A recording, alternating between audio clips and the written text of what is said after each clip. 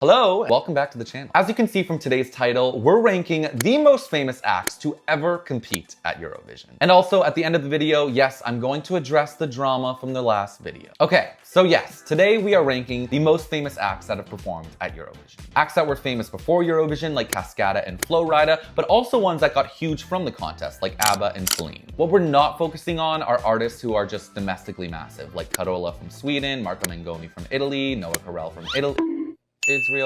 Israel. And I'm pumped to get into this because some of these performances truly go down as the best in history, while others are like truly awful. Before we get into it, as always, like the video, subscribe, turn on the notification bell, and also comment your thoughts on who you think had the best performance and worst performance from the famous acts that went on to compete in the competition.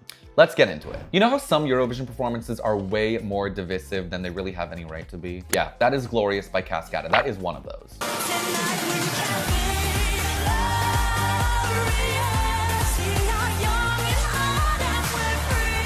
If you've been living under a rock and you don't know Cascada, they had already sold 30 million records worldwide by the time they entered Eurovision, with massive hits like Every Time We Touch, I get this feeling, and Evacuate the Dance Floor. But back to Eurovision. For some reason, Cascada's entry split the fandom quite strongly. For me, it's not even up for debate. This song slaps. And the people who don't see the merit in here deserve to be slapped. Knock some sense into them. Leading up to the 2013 competition, Cascada's song got more attention than any other entry up until that point in the decade because, surprise, surprise, the Eurovision fandom was stirring up drama. I know, unlike our community, right? Because apparently Cascada's song Glorious sounded too similar to Lorene's Euphoria. You know, the song that just won the year before. So similar, in fact, that there were actual plagiarism investigations going on. Meanwhile, Germany's broadcaster was out for blood, pulling out receipts claiming that the Eurovision fandom is to not be trusted, which, you know, is true. Because the German broadcaster were saying that the year before, the fandom was also claiming that Euphoria was a David Guetta copy. Even Lorene's own songwriters got involved and basically said that they were flattered, but that there was nothing here, and that all pop songs sound a little alike. Eventually, the song was cleared to represent Germany in the contest, but to this day, I question whether the negative attention affected Germany's results, because the song came. I'm still grappling with this. It came, can't even say it. It came 21st. For context, this was worse than the Romanian vampire singing opera. Worse than our Greek kings who sang about their love for free alcohol, which fair, we love alcohol, but like, what?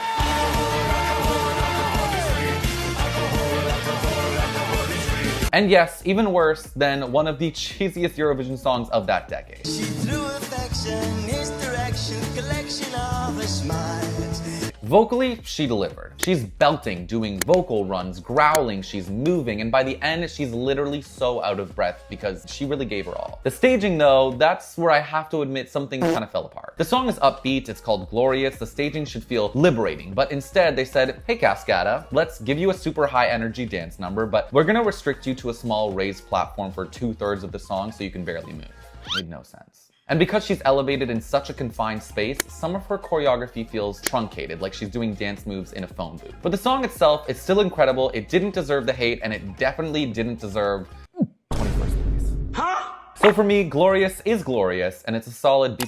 Bonnie Tyler was the first woman ever to have a #1 album on the UK charts. Her song Total Eclipse of the Heart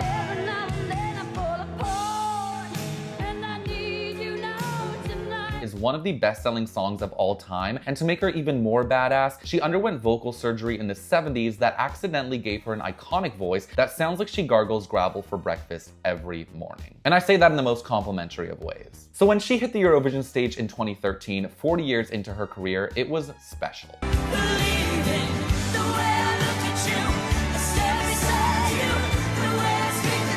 Believe in Me may not be everyone's cup of tea, but it is undeniably a beautiful, heartfelt ballad that is classy, inoffensive, but also skews towards an audience that's approaching their early hundreds.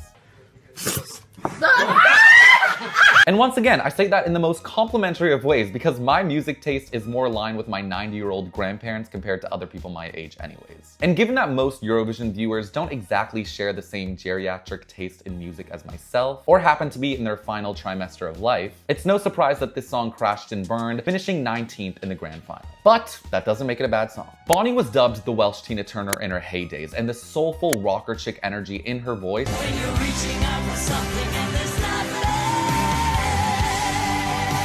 still exists in this performance despite the genre of the song and the fact that, let's be real, most people can't sing as well when they enter like their 50s and 60s. Things start to go downhill a little bit. Mariah. Oh, Christmas.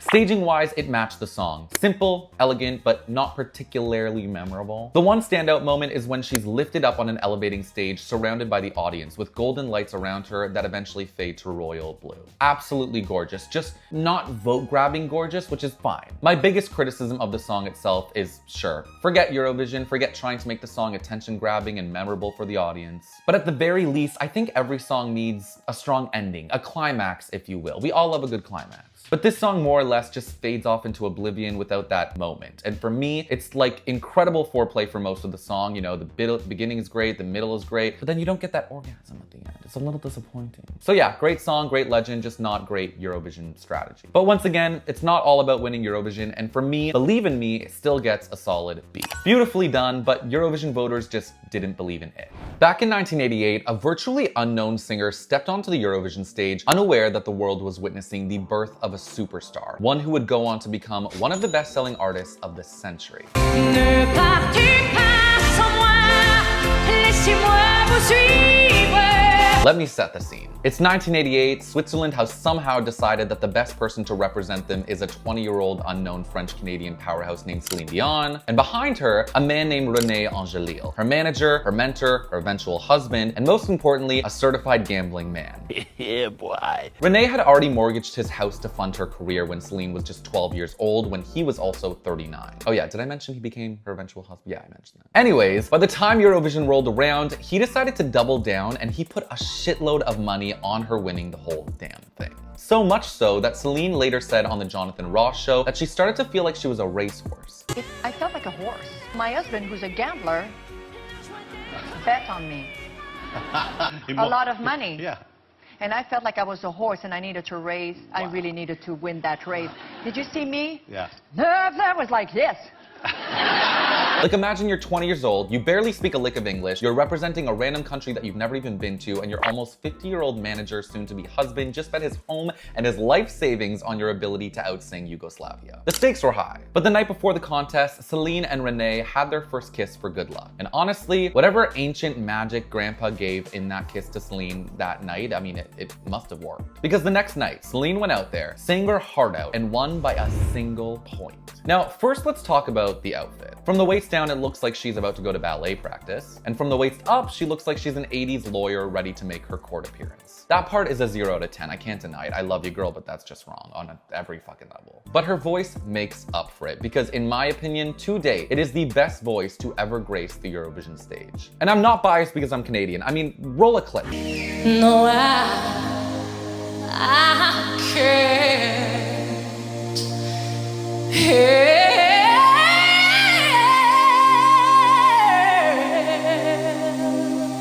Falling in love.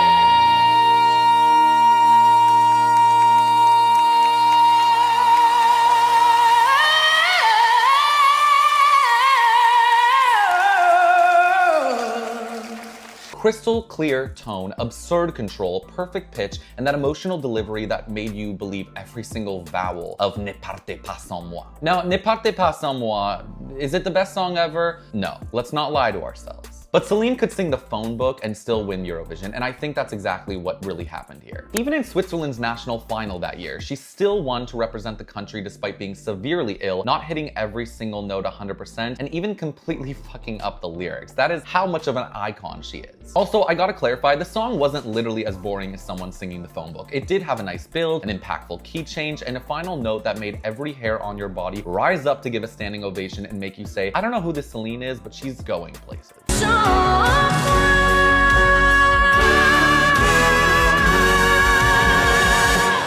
And she did. So for me, this one is, I mean, yes, not everything was together, but her voice just, it's an S tier. It's an S tier. The next artist reportedly sold up to 150 million records worldwide with 64 gold and 35 platinum albums. Just for context, so we're clear, that's more than Beyonce. Well, I didn't look that up. I think it is. I don't know. It's a lot. I probably should do my research. I'll do it when I'm editing this video. I guess I'm not also editing this video. Okay, whatever. And yes, he also has one of the funniest names in showbiz history, Engelbert Humperdink. Engelbert Humperdink. Humperdink. At 76 years old, he became the oldest solo performer in Eurovision history. Though I'll miss you forever, and the hurt will run deep, love will set you free.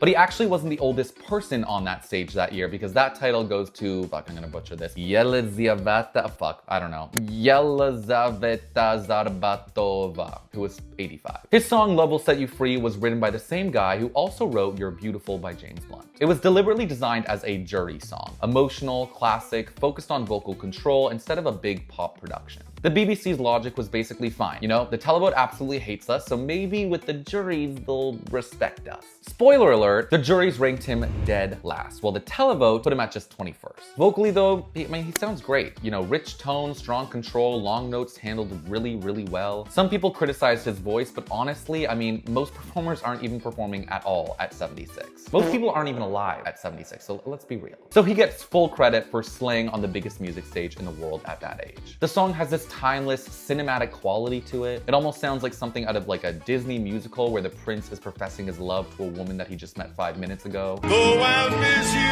forever, and the hurt will run deep. The staging matches the tone. It's simple, but classy as fuck, drenched in black and white lighting that gives everything a sense of pure elegance. It opens with a lone guitarist under a spotlight, setting an intimate mood. Then Engelbert enters, commanding the stage, as a couple then begins to dance in the background. Simple but really effective storytelling, and by the climax, the lights just burst to life with fireworks and pyrotechnic turbines, ending on a grand, hopeful note. I really don't think they could have done a better job with the staging.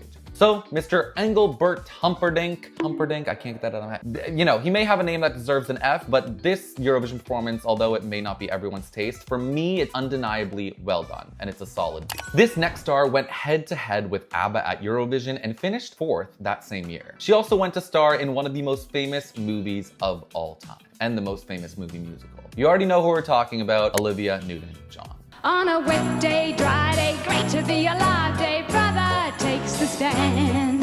In 1974, Olivia was selected by the BBC to sing 6 different songs on TV, with the British public voting for the one that would go on to represent the country at Eurovision. The people chose Long Live Love. Olivia didn't. She hated the song, but democracy won, which in this case means that she lost. Personally, I lost too, because I think Angel Eyes, another option from that lineup, would have done a lot better.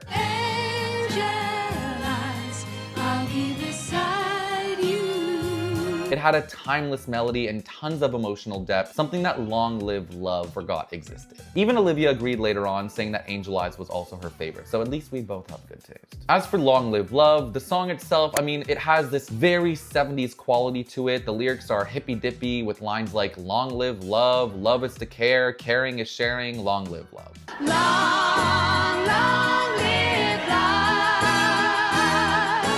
It's cute, but it also could have been written by my 5-year-old niece.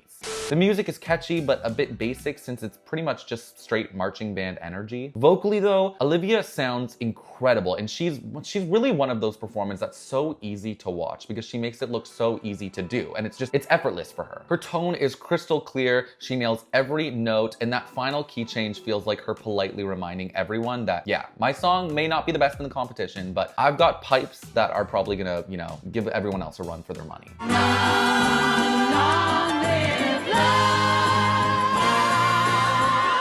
She really proves that with the last note, which really leaves a lasting, impactful impression. Overall, Long Live Love gets a C from me, but Olivia's performance is an A+++++. Long live Olivia. Next up, we're talking about my favorite celebrity. In fact, my favorite citizen of San Marino. The one, the only, Flo Rida. When Senate dropped the music video for Adrenalina, nobody expected to see Flo Rida featured in it. I remember Twitter was exploding, and I genuinely thought it had to be a joke. Everyone thought this would be like San Marino's best result at Eurovision, but unfortunately, the Eurovision audience can really be savage, and even getting a massive star like Flo Rida doesn't necessarily mean that you're going to appear on the left-hand side of the leaderboard. touch, can't get enough. We get it so excited, you can feel a rush. Like wildfire, more fire when we in the club. Now, the studio version is really strong, and partly why San Marino shot all the way up to 9th place in the betting odds.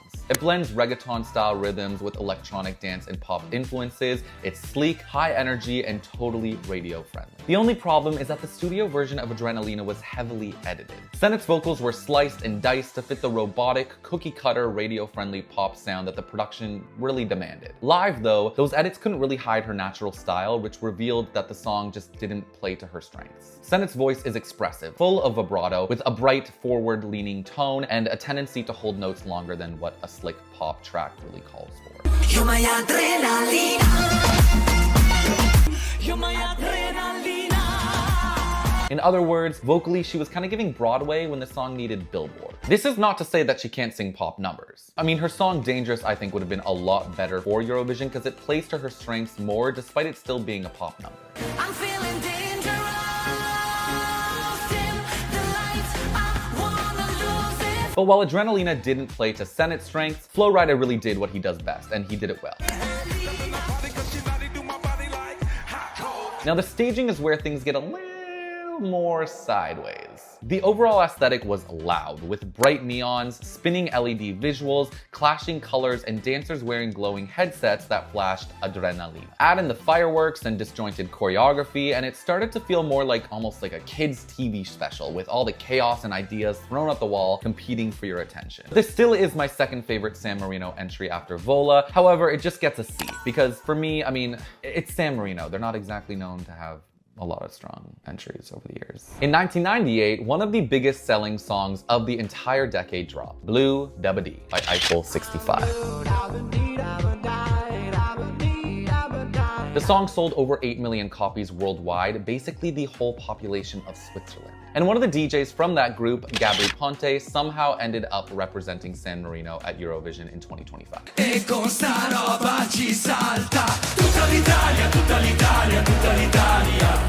I know everyone likes to say all music is welcome at Eurovision, which, sure, that's adorable. But for me, Eurovision is like my true love that I only get to see 3 nights of the year, and she excites me. She sweeps me off my feet with her performances, but when I see her give me a DJ miming on stage, instantly turned off. Uninterested, it's cheesy, it's tacky. I can't help but think that main act is getting all the praise, and they're literally just up there pretending to spin knobs while jumping up and down to a backing track.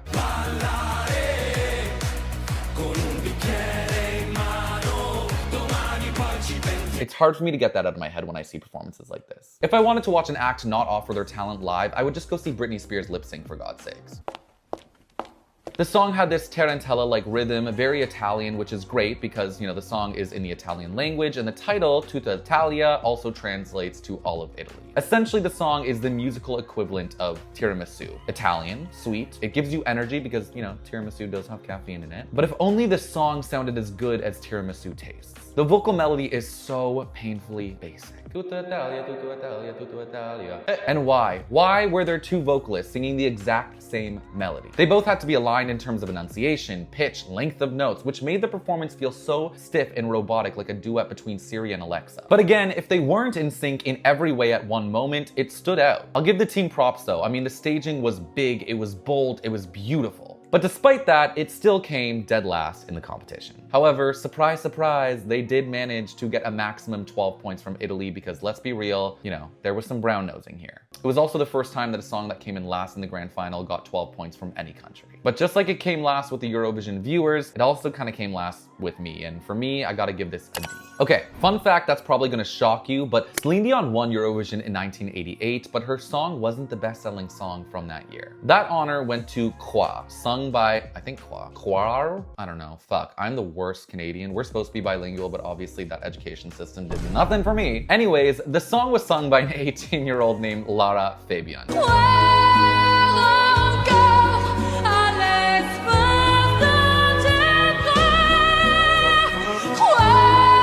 By the way, went on to sell over 15 million records worldwide, with albums going diamond in France and multi-platinum across other countries in Europe. This thing is so damn slow. She was basically cursed with the boring song, but she still finished 4th because her vocals were that good.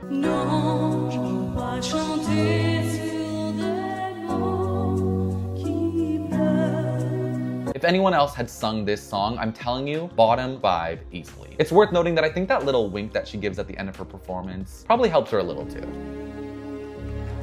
So yeah, Celine may have taken the trophy, but Lara took the charts. Sadly, her delivery is an A, but the song itself is an F, so I'm gonna give this like a C.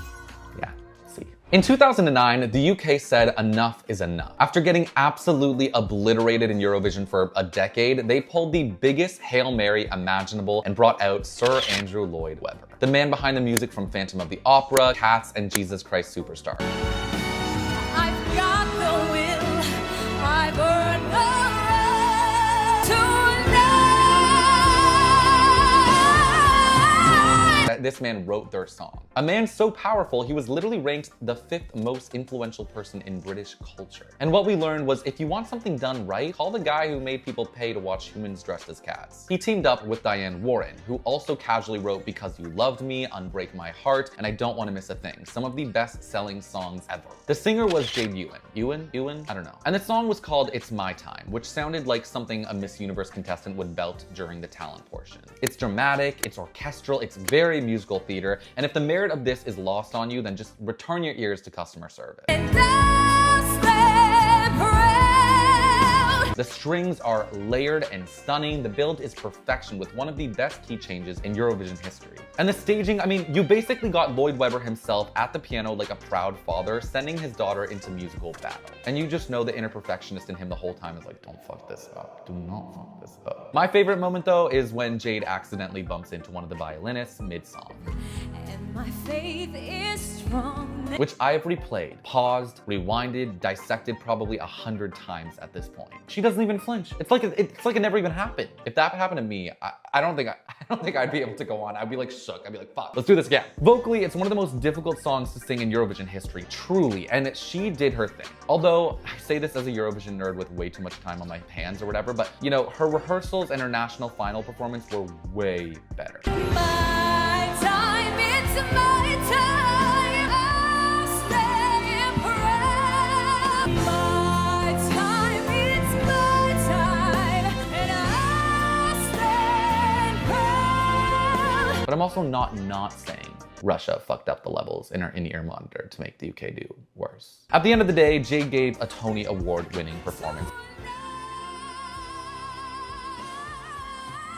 And Andrew Lloyd Webber saved the UK from Eurovision humiliation for one glorious year. Because the following year, they were right back from where they started and they brought one of the worst Eurovision performances ever in history. But that's another video, literally. Check it out. Overall, this is a solid B. In 1974, an unknown band called Abba hit the Eurovision stage to bring home Sweden's first victory ever in the competition. And no one ever heard from them again. Sad. Just kidding. Waterloo, I was defeated, you won the war. Waterloo has one of the weirdest metaphors in Eurovision history, comparing Napoleon's defeat at the Battle of Waterloo to falling in love and surrendering emotionally. At the time, this storyline and concept for a song was as out there as a woman beatboxing while clucking like a chicken.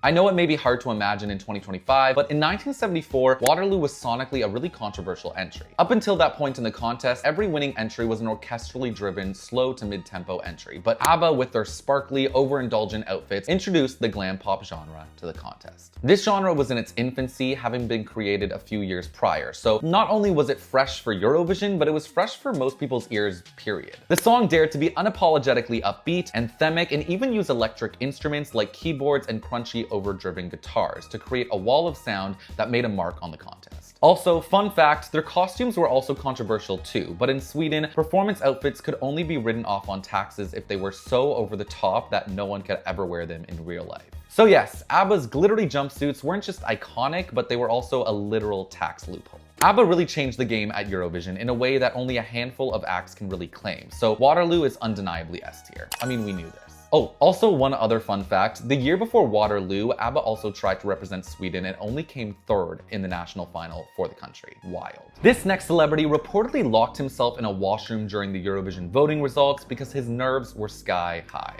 I've been there. Relatable content. Oh, and he also happens to be the third top-selling artist in UK singles chart history, only behind the Beatles and Elvis Presley, ahead of Elton John, Madonna, and Michael Jackson. We're talking about Cliff Richard, the man who probably would have won the contest if it wasn't likely rigged. Cliff lost in 1968 with his song Congratulations by just 1 point. I want the world to know I'm happy as can be.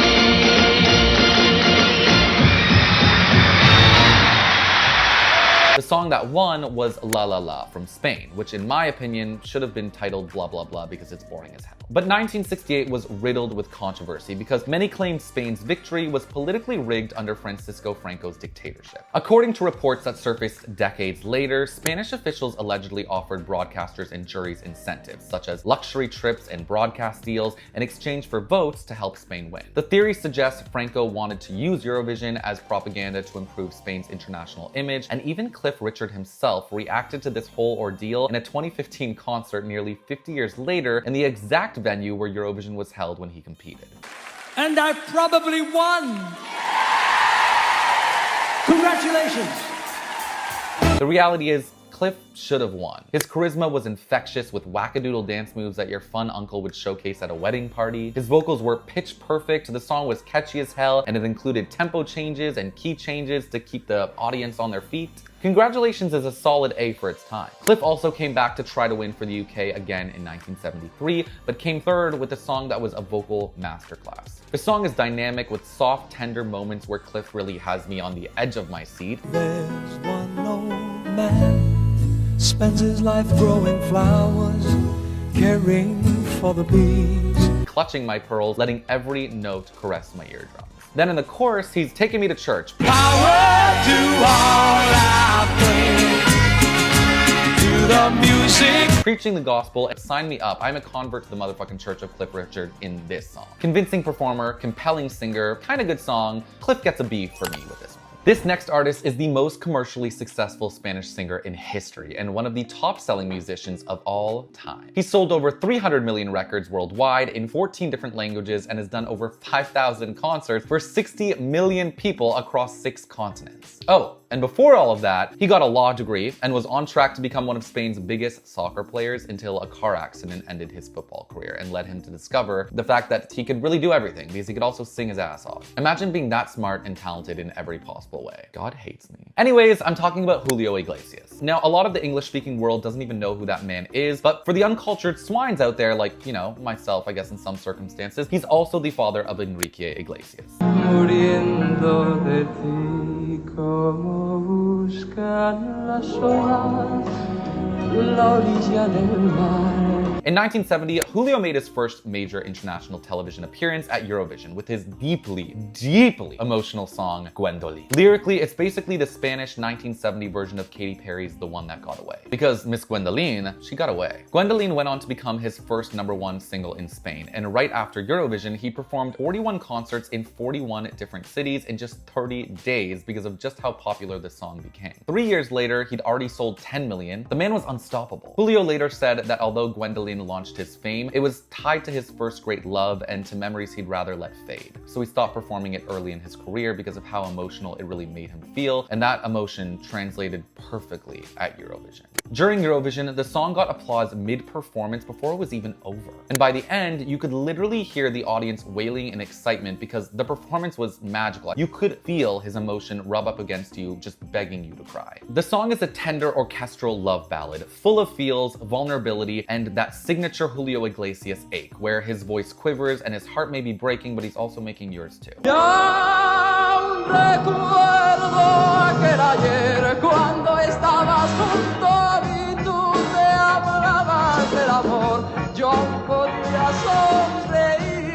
There are also moments where his voice soars and cries out in agony, and you can really just feel that there's raw emotion in this.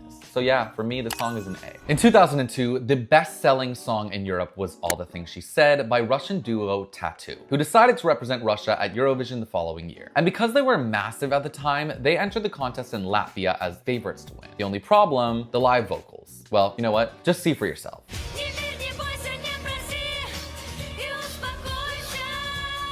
Turns out Julia was suffering from serious vocal cord damage, chronic laryngitis, and nodules after months of touring. But by the time she got to Riga, her voice was basically gone and doctors actually warned her not to sing live. Meanwhile, the group was in total meltdown mode, fighting with each other, their management, and Eurovision organizers. They showed up late to rehearsals, they stirred up drama, and they even threatened to perform naked. To their credit, the song itself was way ahead of its time. It was dark, it was industrial, it was gritty with an electronic edge that really stood miles apart from the up-tempo pop numbers and emotional ballads that typically dominated Eurovision during these years. And lyrically, it was bold, with the title translating to "Don't Believe, Don't Fear," really defiant and rebellious in a contest that was, spitting out songs about love, love, peace, peace. But given their attitude and behavior, karma must have been watching, because it came back to bite them in their Russian rear, since despite being the clear favorites to win, t.A.T.u ended up finishing in third. And honestly, given that live performance, that is extremely generous and absolutely outrageous.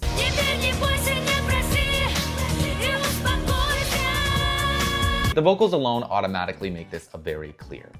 The most recent international explosion out of Eurovision comes from an Italian band that only a few years prior were busking on the streets of Rome. Since Eurovision, Maneskin has racked up over 6 billion Spotify streams. They've appeared in the top 10 in the US, the UK, and most of Europe, and they've even headlined Coachella in 2023. For me, everything about the Eurovision entry is a genuine 10 out of 10, except the song itself.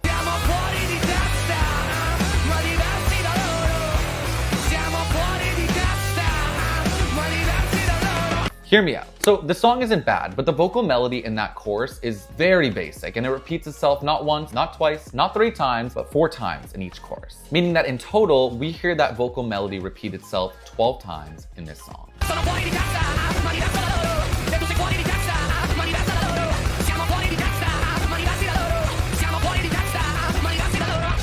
And you may say, screw you, the chorus is epic, it's anthemic, it's so electric, and I wouldn't disagree with you, but that's not because of the bland-ass melody, it's because of my husband, Damiano David. His raspy vocals sound like he has gargled whiskey, cigarettes, and existential pain, and then it fit into the song just so perfectly. Then you also have the band's rock star energy, which was magnetic. Like, I'm pretty sure Europe just collectively realized instantaneously that Måneskinsuality was a new sexual orientation that should be added to the dictionary. Like, I mean, those outfits. The staging was some of the best we've seen in years, too. I mean, from the jump, you were instantly transported to what felt like a different stage from the other acts in the competition, with massive doors opening to them.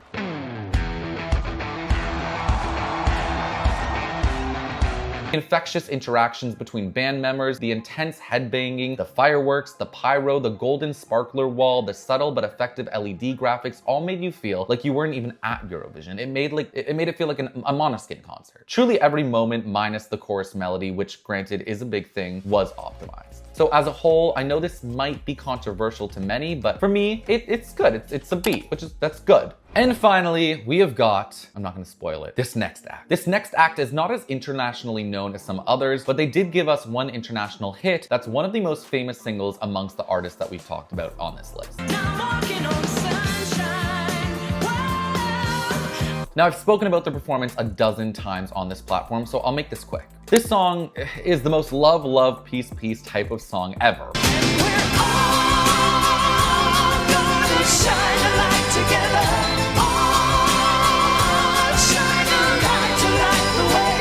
But it's so good that it shockingly doesn't even feel cheesy or annoying. This song boasts being incredibly anthemic and accessible. It's easy to sing along to, easy to remember, and even though there are just 6 people allowed on a Eurovision stage for a given performance, when that chorus hits, it feels like there is a choir of 30 people. So for me, I really love this song. I think it's one of the best of the 90s, and for me, it's a solid A.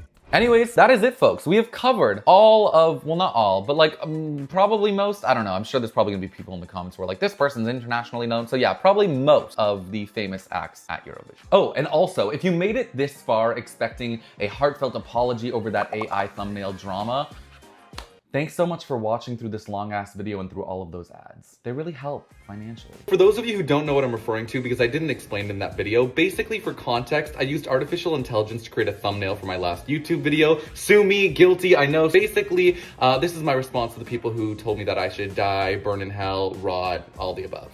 Also, big shout out to Twitter. I saw you guys mobilizing, trying to mass comment hate and death threats on my last video, and honestly, You know, cleaning up those is a hassle, I will admit, but you guys helped to fund a very cute date night with my partner. Also, my cat just had surgery, so you paid a little bit for that. So genuinely, from all of us, thank you from the bottom of our hearts. The reality is, I live in Canada, where coverage of the environmental effects of artificial intelligence, I've learned, is much more limited in comparison to Europe, which is more environmentally conscious in general and vulnerable to the effects of AI. So yeah, I had an intellectual blind spot in terms of the extent of the issue. Now, will I continue making thumbnails or writing YouTube descriptions using AI? No. But I also won't let keyboard warriors hiding behind anonymous profiles sending death threats feel powerful by pretending that they didn't just help put some extra money in my pocket. Also, side note, the AI use in my previous video wasn't the only fuck up in that video, because I also used the word wheelchair bound in that video. The headlines would now be about this banned wheelchair bound singer, which some incredibly kind and patient people from the accessibility community explain that this is an outdated term, since a wheelchair represents freedom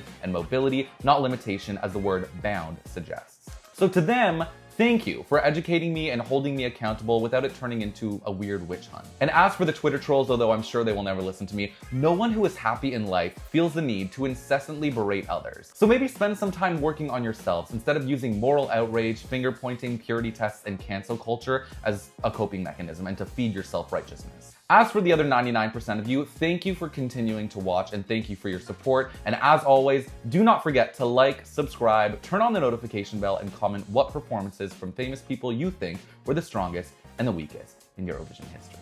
Stay safe, take care, and I will see you guys later. Bye-bye.